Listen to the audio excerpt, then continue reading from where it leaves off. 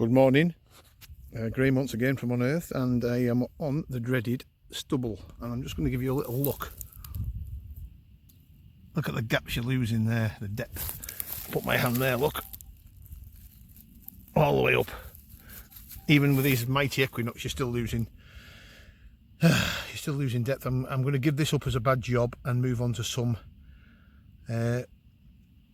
land that has had sugar beet on and been lifted, and I've been on it in the past, so it hasn't been ploughed since, but it's going to be better in this. I mean, look at the height, you can't get through it. Smaller coil wouldn't do it. Bad news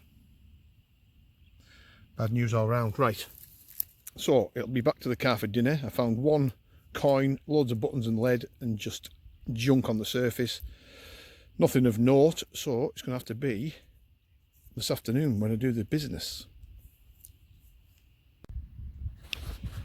Of course, when you threaten to come off a field just before lunch, I've fallen out with this stubble field big time. On the way back to the car, which is just about, let me see, 150 yards ahead, put that rather nice looking buckle out, which would have been nice with a pin in. So, you know, that blew my ears off as well. But to be fair, it wasn't very deep. So there, you know, on really thick stubble like this, you're probably only going to get the big surface finds, because you're losing inches and inches of depth. But you know what? That's a keeper. That's a keeper. So we'll see what we can do this afternoon. But I am definitely moving off. Even if I find a gold hammered in the next 15-20 yards up that way, I'm still coming off it. Back just after lunch, everybody. Little Roman nail cleaner, and we're on land that's been lifted. The sugar beet's been lifted, so that's a good sign. First signal, straight on. Out with that hole there. So there you go. Good start for the afternoon. Get off that dreaded stubble. Well, not 5 minutes from finding that little Roman nail cleaner, I've got a signal here. I've just put the spade in and gently, because this is very compact land, it's very difficult actually to get a spade in. It's worse than pasture. This stuff is like concrete. Anyway, I've just scooped it out, and there's a brooch. Looks like a little Roman brooch. Look at that. Now that's 2 Roman finds in what, 5 minutes, and this isn't a field renowned for Roman stuff, which is very odd. So I'm pretty pleased with that. Yeah, it's a tiny little brooch. I mean, to be fair, it's not the prettiest of examples by any means, but well, it's got a little bit of decoration on there, maybe. Is it little segments? Possibly not. But it's a find, it's Roman, and it's a bit of history, and it's not all about important gold and silver discoveries, even though it would be nice to find something like that. These Roman brooches are still history, and they're still lovely finds. Completely worthless, but fantastic to find. So that's 2 Roman pieces. Right, I'm hoping now we can make up for lost time this morning on that horrendous stubble and have a decent afternoon. Stay tuned. Pretty much hunting where the medieval stuff is now. Little medieval button. I've had two what look like early medieval tokens. Lead, of course. I'll probably show them in a bit. So I'm getting things like that. Lots of white lead. Bits of copper strips of whatever they've been in the past. So I can't see hammered being too far away, but then again, I could be tempting fate. Right, keep watching. Well, folks, I've hit silver, but not the one I thought it would have been. There it is on edge.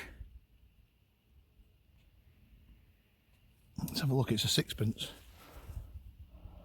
Oh, now then, that's tasty. Oh, I think it's got a bloody hole in it. It's a George III 6pence, I think, early one. But that looks to me like a hole. Yeah, well, yeah, definitely had a hole in it, look. Well, I'm happy with that. Absolutely made up with a bit of mild. I've had one of them for years. But the condition of that on the backside, ruined by the hole, of course, but we ain't going to moan too much about that. Brilliant find. Early George III, I would say, or shilling. Is it a shilling? No, it's a sixpence, about that size. Definitely a sixpence. Right, okay, I'm having a good day, and I love it when you guys watch me, you wonderful people, ladies and gentlemen, or whatever you want me to call you. It's great that you follow Unearthed, and it's very much appreciated. So keep watching. There's still 2 or 3 hours left yet. We'll get some more bits and pieces, I think. Another find, everybody, and this is a trade token this time. You can see the 1660 something on the top. Not in decent nick. I might get a bit of detail off that when I get back home and give it a bit of a clean. Quite a big token, actually. Something else going on in there. However, there's me showing you grotty trade tokens. Gaz has just had a find of a lifetime. I'm going to show it at the end of this film. It's absolutely amazing. Absolutely amazing. You know what, we're going to run out of time on here, sadly, and the finds are coming up. There's signals all over the place because of this. This field's been revamped, I guess. It's been ploughed deep and it's brought a lot of stuff up to the surface, but we're just running out of time. Here's another lovely find. Look at that lovely little medieval buckle with a plate on the back.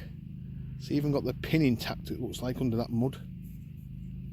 Look at that. Squash flat that could open up and that makes the buckle plate, I guess. But you know, there's so much good stuff coming up. Love these little artifacts. Right, we're going to see if we can carry on until the death.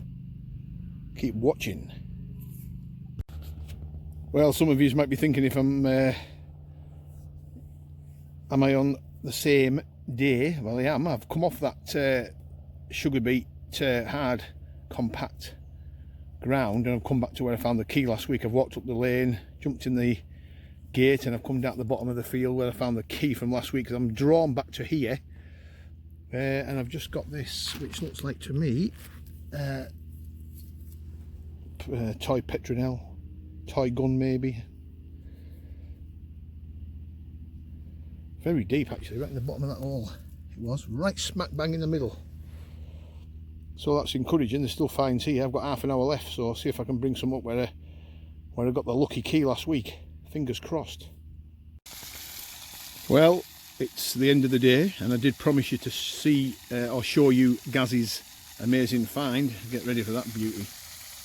Look, just feast your eyes on that Bronze Age axe. Still sharp at the edge where my thumb is. Got to be a pound in weight, that. Absolutely phenomenal find. Beautiful, beautiful axe. An absolute pleasure and honour to see it and hold it. He'll be going back home tonight, sat next to me with a massive grin on his face. And of course,